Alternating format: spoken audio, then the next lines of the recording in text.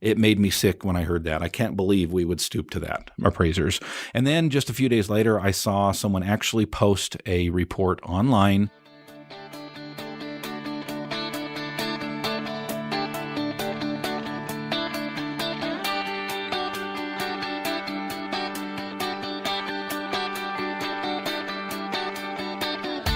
Originating from deep inside the Rocky Mountains, transported through the power of the internet, and arriving inside your tiny earbuds. It's the Appraiser Coach Podcast. Minisode. Okay, hold on just a sec, everybody. Sorry, I'm just trying to keep setting up here. Let me get this hammered in over here and move it right here.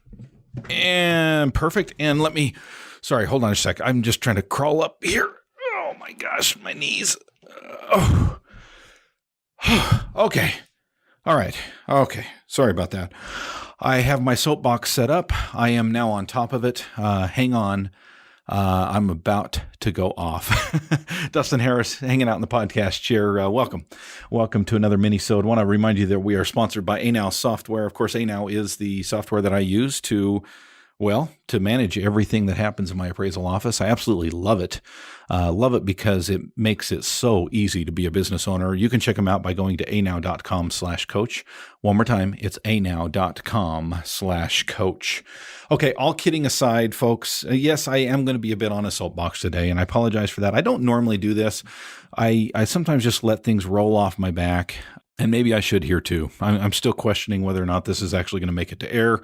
Because I'm a nice guy. Frankly, I don't like to cause or stir controversy, but I guess that's why I feel like I need to do this episode today, because I feel like there's a precedence being set in the appraisal world that I just don't like.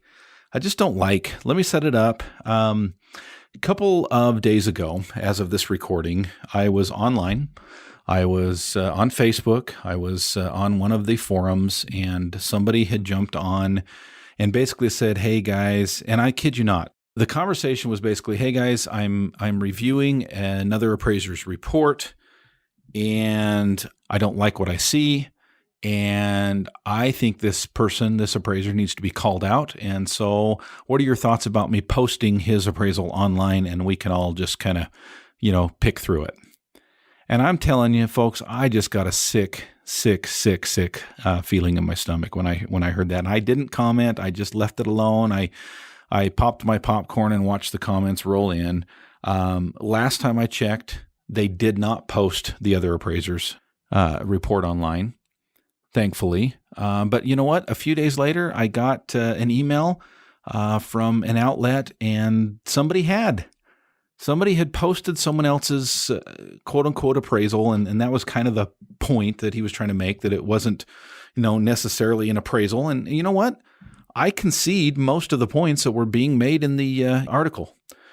I'll tell you what I had a problem with. I think those points could have been and should have been, and this is my humble opinion.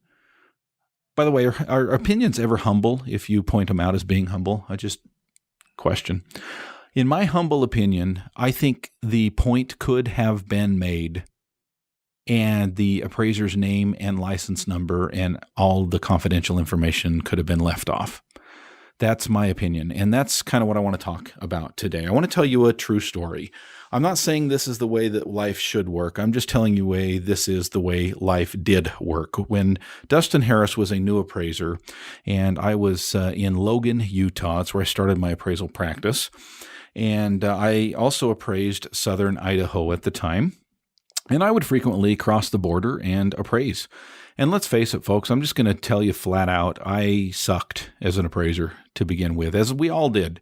There's that learning process. There's that experience that it's a catch-22. You can't get experience without experience, And I was in that place. I was learning. I was young. I was wet behind the ears. I was green, whatever you want to say. I was stupid. And I look back on some of my appraisal reports from back then. Yes, I still have some of them, and I cringe. And I thank God Almighty that we are past the statute of limitations on some of these things, right? After 23 years of doing this appraisal thing, I hopefully know a little bit more than I did back then. But I'm telling you, folks, pretty scary stuff back then. Just as they do now, back then there was peer reviews. And you know what? I kind of like the idea of peer reviews. I like them because I think it's important that we keep each other accountable. If you felt like your appraisal would never be reviewed by one of your peers or anyone else, would you be as careful about crossing your T's and dotting your I's as you are right now? I don't think so. Of course, it keeps us accountable, keeps us on our toes. It's kind of like that IRS audit, right? You don't ever think it's going to happen. I think 3% is the statistic that they share. At least that's what my accountant has told me, that about 3% of the population gets audited. You don't think it'll ever happen to you, but the off chance that it does kind of keeps you honest, kind of keeps you, your integrity intact. You make sure that if you are that 3%, or if it does come about that your appraisal is reviewed, you want to make sure it's good. And you want to make sure all of your reports are good and that you've done your job and that you're doing your job and you're crossing your T's and you're dotting your I's and you're doing a good job, right? So I was a young appraiser. I mean, literally my first year of appraising. And there were two appraisers north of me. Both of them, I'll just say because both of them are either retired or dead at this point, I'm sure, but they were both in Preston, Idaho, just over the border from Logan. And I was licensed as a trainee in Idaho. I did have a supervisor at the time, my father, who had been appraising for, 15, 20 years at that point. And you know what? I was learning, I was growing, and I was making mistakes along the way. And I was, hopefully not making too many mistakes. There could have been a problem, but, I didn't have a perfect appraisal report. There were two appraisers that did not work together. They were, I would even say, kind of enemies of one another. Who lived up in that area. And you know what? I'll bet you neither one of them liked the fact that they now had competition from this young bald buck in Logan. And I got reviewed on a couple of occasions from both of those individuals. Now, I tell you this story because there was a very clear dichotomy, very clear line between appraiser A and appraiser B. And I'll tell you that my experience with appraiser A was much more pleasant than appraiser B. When I got reviewed by appraiser B, I did see a copy of his review, and I'm telling you, he took me to the woodshed, and not in a nice way. And had I made some mistakes on that report? Absolutely. Will I admit that? Absolutely. Absolutely. I think he went way too far, as sometimes reviewers do, but I just didn't like his tactic. I didn't like his tone of voice. I didn't like him. He actually used ad hominem attacks. In other words, his review was not so much about the report as it was the appraiser. He flat out called me a quote unquote city slicker. I'm serious. And it was just a bad experience all the way around. Never spoke to the individual personally. I don't think ever met him in person, but he became an individual who wanted me out of the area. And every time he reviewed a report, he just really, really ripped into me. And it just was not a pleasant experience. And it was not much of a growing or learning experience either. Now let's talk about appraiser A. Appraiser A was an individual who, yes, was my peer. Yes, was my quote-unquote competition. Yes, covered the same areas that I did. Yes, he had been around a lot longer than I had and frankly was a much better appraiser than I was at that time. He reviewed a couple of my reports as well, and you know what he did with them? He called me. Now, I'm not saying this is a right thing to do, okay? I look back on it now and I think, wow, you don't see that anymore. But this guy picked up the phone, he called me and he says, hey, I've got your report in front of me. I'm confused on a couple things, was hoping you could clarify for me. Now, I will flat out admit if I had done my job as an appraiser, he would not have had to pick up the phone. Because if there were questionable things in that report, I should have done my job and explained them, right? That's our job. Our job is to help the reader understand so that we're not misleading. Well, he was misled. He didn't know what was going on in the report. He picked it up. Now, after the conversation with me, I think he understood why I did what I did. And his slap on the hand to me was, hey, Dustin, come on in, talk to me. And I did. And he loved Coke. And he became kind of a second mentor to me. No, not that kind of Coke. Coca-Cola, folks. God, get your mind out. This is Preston, Idaho, folks. Yes, Coca-Cola is on the edge for Preston, Idaho, but it's not on the edge that far.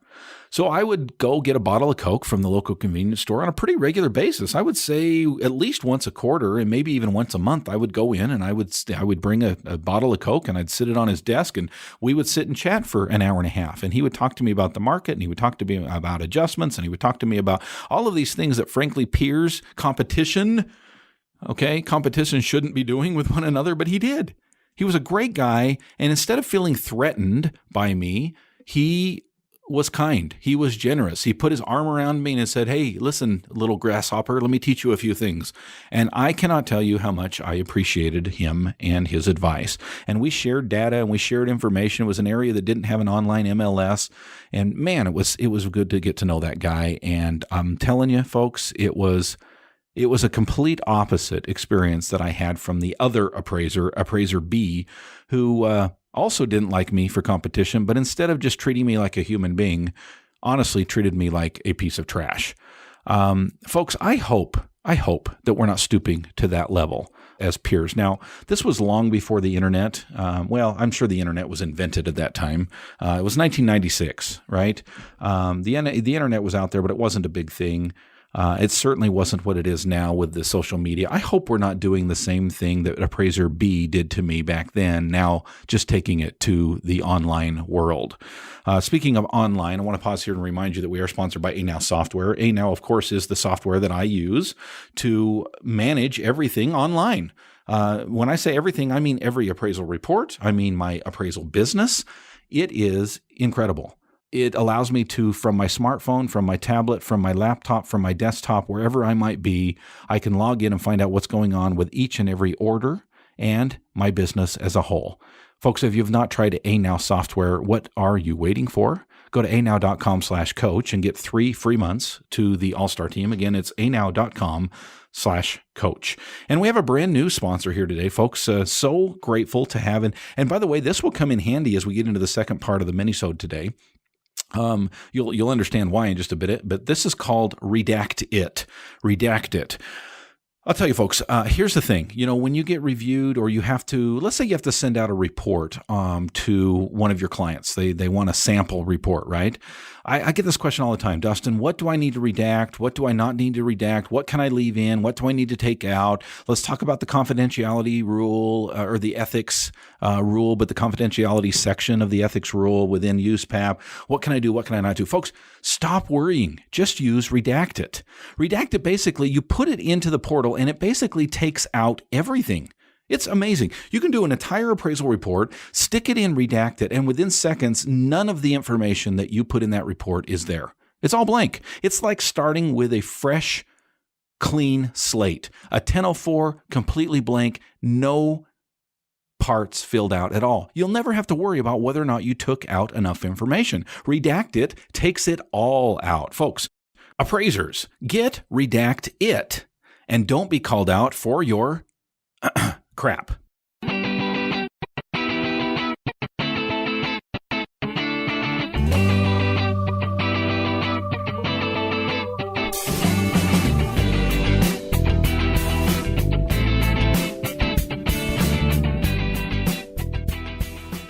All right, folks, we are back. We are talking today a little bit about confidentiality, but frankly, we're just talking about the golden rule. We're talking about the golden rule. I'm seeing I hope is not a trend. Okay. I'm seeing something happen online the last little while that is disturbing to me. I want to say something about it. I'm not going to call out the individual or individuals that I saw involved in this.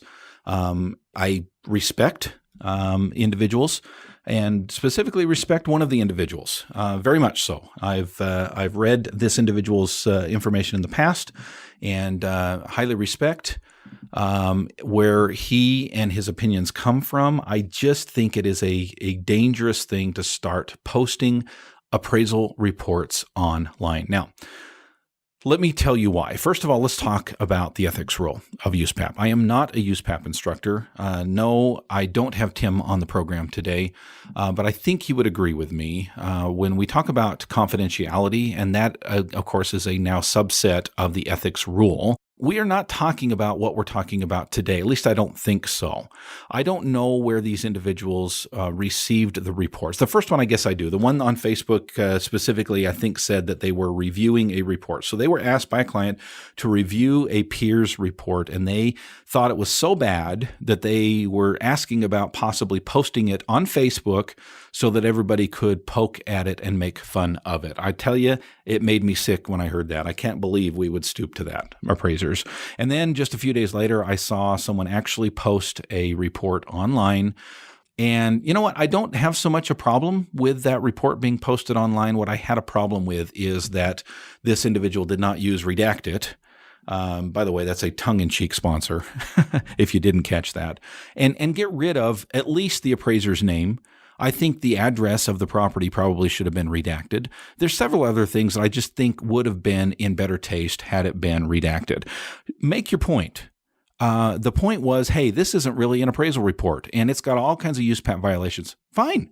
I don't necessarily disagree with that. Frankly, I didn't go through it step by step like this individual did, but it looked like most of the things that they said about it could possibly have some merit. That wasn't the point, and that's not the point today of getting on my quote-unquote soapbox. I think, folks, that we need to treat each other like Appraiser A treated me. Now, I'm not saying that every time you review a report that you pick up the phone and call the appraiser and say, hey, buddy, what did you do here? This doesn't make any sense, right? Maybe Appraiser A went too far back then. I don't know. It was 20 some odd years ago. I don't see that happening anymore today, but maybe it does. Who knows? I'm not necessarily against it. I think it could breach some ethical issues, but that's not the point. The point is the way that I was treated as an appraiser. And the way that Appraiser B treated me is similar to what I'm starting to see amongst our peers here today. And that is what we're possibly doing. And I hope, again, it doesn't become a trend online where we start posting each other's reports to poke fun at and to sneer at and to mock and ridicule. And here's why, folks. I've never had a perfect appraisal report. I never have. And I'm telling you right now, you take any one of my appraisals and you throw it up online, and I guarantee somebody's going to find something that they have a different opinion on than I do. I guarantee there's going to be people that are going to pick that apart and say he should have done this and he shouldn't have done that, and I can't believe he did this and I wish he would have done that. And folks, every single one of you within the sound of my listening voice right now, of my speaking voice rather, that you're listening to, could say the same thing. I promise you have never had a perfect appraisal report. And I promise that any one of us, if the tables were turned, would not want our appraisal report posted online. There's this little thing I learned as a youth, right? I learned a lot of things as a youth. And one of the things that I learned was this little thing called the golden rule. And it goes something like this: do unto others as you would have others do unto you. Okay, here's my question. If you are going to post someone else's appraisal report online and include their name and include their license number, would you be okay with someone else doing that to you? I want that to just sink in. I'm not saying whether or not the appraiser did the right thing. I'm talking about the original appraiser. I'm not saying that person did or did not have a good report out there. That's not the point in my soapbox today. It's that I don't want to start this trend in our peer circle. And somebody said, somebody online the other day said, you know what, if we're people of integrity, right? If we want to be seen as professionals, then we need to be willing to just throw our stuff out there on the internet and say, hey, come and shoot the arrows at me, folks, because we should be so confident in our reports that we're willing to do that and stand on the wall and take the arrows. I don't know, folks. I don't know. I don't think that's the definition of professionalism because, again, I've never had a perfect appraisal report. You've never had a perfect appraisal report. I don't think any of us would want one of our work products put online for others to poke fun at. I started to talk about the ethics rule, and I don't know if I finished my idea there. I just want to read to you just the first line of the confidentiality rule. It says, an appraiser must protect the confidential nature of the appraiser-client relationship. Now, as you read through the rest of the confidentiality section of the ethics rule, you will realize that it is very much directed at appraiser-client relationships. In other words, it's you, the appraiser, and your client. When you have an appraisal fall into your hands from some other relationship, I don't think these individuals broke USPAP. And I should say individual, because I only saw one report actually posted online. I don't think that individual broke USPAP. I certainly don't, because it wasn't their client. They weren't the appraiser. It wasn't their client. They weren't revealing confidential information about the report. And by the way, we did talk about confidentiality with Tim Anderson. Go back and look at a previous podcast episode of that. And you'll learn more about the confidentiality rule. But I want to make it very clear here, folks. I am not saying that anybody broke ethics rules. I'm not saying anybody broke USPAP rules or standards. I am not saying that legally they did anything wrong. I'm simply saying that maybe we should rethink posting other appraisers' work online. I just don't think it's right. I don't think it's good. I don't think it follows the golden rule. Again, if you're going to post another appraiser's information online to be poked at, to be made fun of, to be ripped apart, would you be willing to do the same for your own work? Let that sink in, that question sink in, and let's think through what we're doing to ourselves and to our fellow appraisers. For one, I like to have a positive outlook on our profession. I like to have a positive outlook on other appraisers. Let me go back to Appraiser A that I spoke about in Preston, Idaho here a few minutes ago. This individual became a really good friend of mine, really did, and a close confidant and a mentor of mine. And you know what he said to me one day? He said, Dustin, I'm not out to get anybody. I'm out to teach what I know, and I'm out to give someone else the benefit of the doubt. And I'm telling you, folks, that stuck with me and always has. Let's give each other the benefit of the doubt. Let's say that, before we start to attack, that we start to say, maybe we don't have the full picture, and maybe even if we do, that we should also be kind to one another. That's my rant for today. That's my soapbox for the day. Let's be kind. Let's be kind. Let's be good to one another. I'm not saying there are not times that appraisers should not be called out, okay? Don't misunderstand that either. I'm absolutely sure that if I see fraud, if I see blatant violations of USPAP, that individual probably should be turned into the state board. But I don't think they should be turned into the internet board, if you know what I'm saying. Folks, if you've not joined my Appraiser Academy, I certainly invite you to do so. We meet on a monthly basis, live, online, where we have an opportunity to learn from one another, to teach one another, to become friends with one another, and to build our businesses together. Join me now. Go to theappraisercoach.com and go to memberships and read through the benefits of belonging to the Appraiser Academy, which, by the way, includes all of the benefits for free of the All-Star team. Hope you'll join me. Thanks for joining me today. We'll catch you next time. You've been listening to the Appraiser Coach podcast with Dustin Harris. If you like what you hear, please give us a 5-star rating and post a short review on iTunes. For more in-depth insider information on how you can make more money as a real estate appraiser, visit theappraisercoach.com and sign up for the All-Star team today. Thanks for joining us. And now, get out there and create some value.